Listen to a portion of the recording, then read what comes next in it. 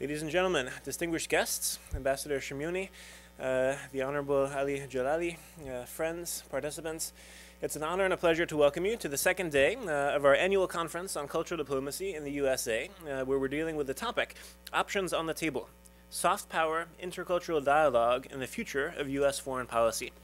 I thought yesterday we got off to a fantastic start, a great group of speakers, and I think in particular what I appreciated was the chance of actually, I'll need the help of Katie. I think I may have just messed up the PowerPoint. But I think really it was important yesterday to try to get a sense for also the potential of cultural diplomacy and what could be done in the future of U.S. foreign policy.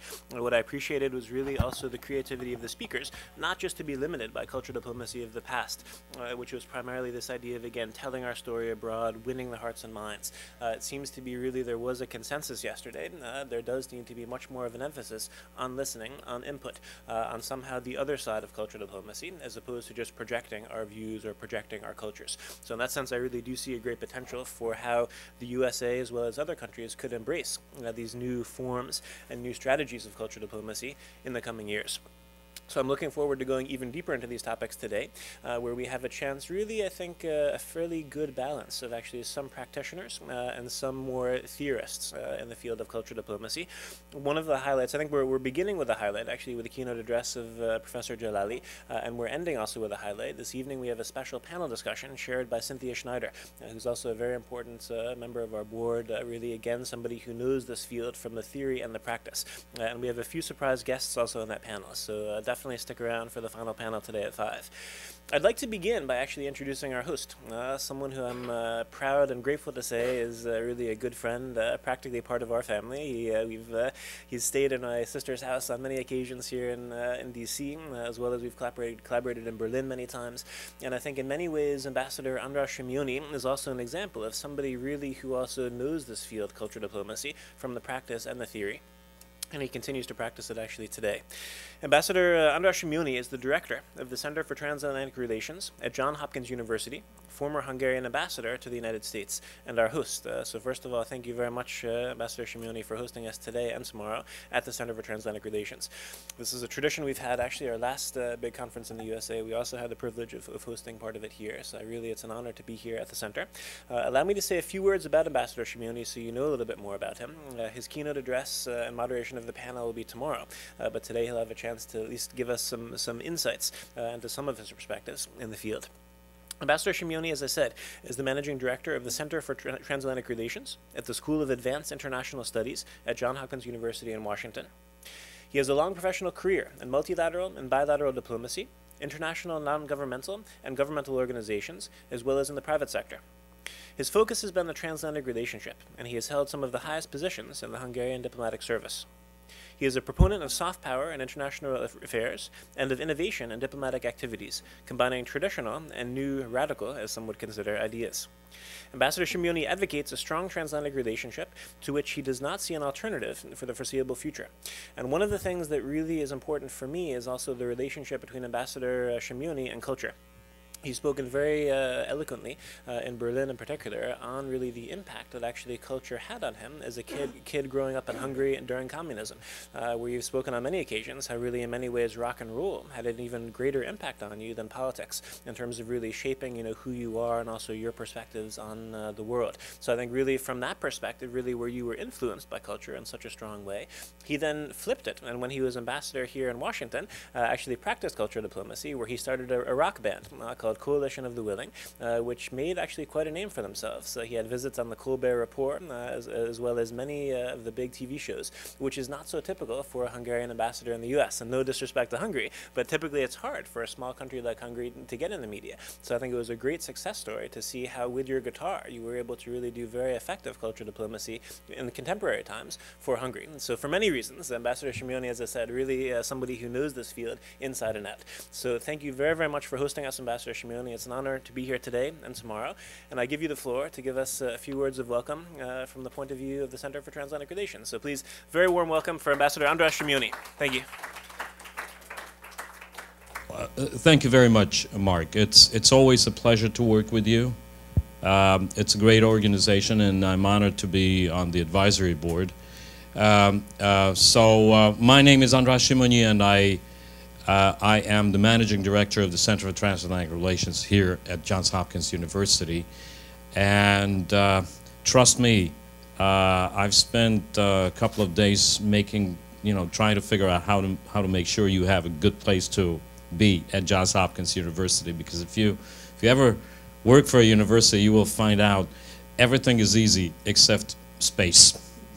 So welcome to Johns Hopkins University. I want to say you have a terrific track record in terms of pushing for a discussion on cultural the impact, the importance of cultural diplomacy in the transatlantic relationship. And it's something that is really overlooked by many, because there's this notion that the two sides of the Atlantic are so close together that we have and we have been together for such a long time that this is one family and there is a great understanding. And you know what? There's so many differences, and basically the differences are cultural, and therefore it is so important that also in terms of the transatlantic relationship we do a lot more to get a better understanding about each other on the two sides of the Atlantic. But I'm so pleased to see so many people here that I have not seen before, because there is nothing worse for an ambassador to, when we used to do these receptions, and people would walk up to me and say, "Oh, Mr. Ambassador, your parties are so great. I'm always here in each and one of them," and that's really a disaster. You don't want to see the same faces at your reception. This is good, and I'm very, very pleased that Mark has been able to reach out to generation after generation of future practitioners of cultural diplomacy and diplomacy in general. I just want to say that, yes, I'm a great believer in the transatlantic relationship. And this is, a strong transatlantic relationship means a stronger tie to the rest of the world. So please understand that when we preach transatlantic relationship, this is not aimed at anyone else. This is aimed at creating a stronger community in a family of democracies, which then can move on and deal with the greater problems of the world. You take the economy, security, health, the environment, climate change, energy, you name it. A stronger transatlantic relationship means a better equipped community of democracies to deal with these issues. Now, yes, I have been, culture has been very important to me, and it's true. Culture came first, and then came the understanding of politics. And Mark mentioned it is very dangerous. Don't pick up your guitar before you've done your homework as a diplomat. And because you can be ridiculed. But I think it was the right thing to do, because I must say that the way we were able to send a message about the commonality of our culture, what rock and roll meant for our generation, whether you were behind the Iron Curtain, or whether you were in the West, or you were in Iran, or you were in South Africa, rock and roll music was the glue. It was the messenger. It was the internet of the day. What I'd like to encourage you to do is think of rock and roll as a metaphor. It is, every generation has to find their own rock and roll, quote unquote. Probably the rock and roll music that I loved wouldn't work the wonders. It might, but it might not work the wonders like it did for me. So your generation has to figure out, what's your rock and roll? So it's basically a metaphor. What kind of a metaphor is this? This is about a better understanding and openness, questioning the powers to be, questioning traditions, questioning, build on traditions while you also question what has to be questioned. That is what rock and roll is about. It's a great messenger. And you know, I'm thrilled to see, have you ever seen, are there any Iranians around here? You are from Iran? Oh, good. Well, I'm glad there is an Iranian. There is a, you know, there's, first of all, I don't know if anyone realizes what a high quality rock and roll music Iran has. One of my favorites, and I'm sorry I can't recall the artist. One of my favorites today is a rock and roll artist who was big in the 70s, and then he faded away, but he produced world quality rock music, second to none. It could be anywhere. It could have been in California, in New York, in London. Not in Frankfurt. I'm not a great fan of German rock and roll music. But I would say that that is really the proof that I'm right. That rock and roll music is universal. And I'm so pleased. I'm sure you know the movie Nobody Knows the Persian Cat. What a fantastic message about the force, the power of rock and roll music in a country that is going through a very, very difficult phase. Now, I just want to conclude by saying, give it a thought.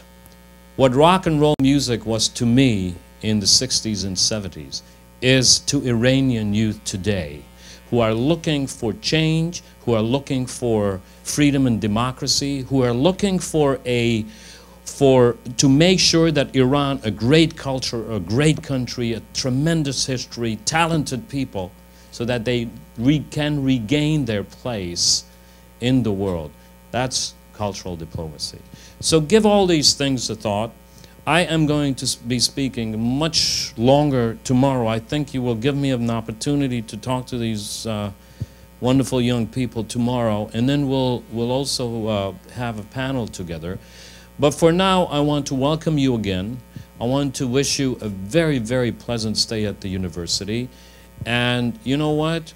Please, when you have people on this side of, you know, speaking to you, you have to question us, them. That's what you do best. It is your role to question all the things that we are saying, because we might be wrong. We might be right, but we might be wrong. And I think then if you have a good debate, you have a good discussion, then your visit here at the university will be well worthwhile. Welcome again, and long live rock and roll. Okay.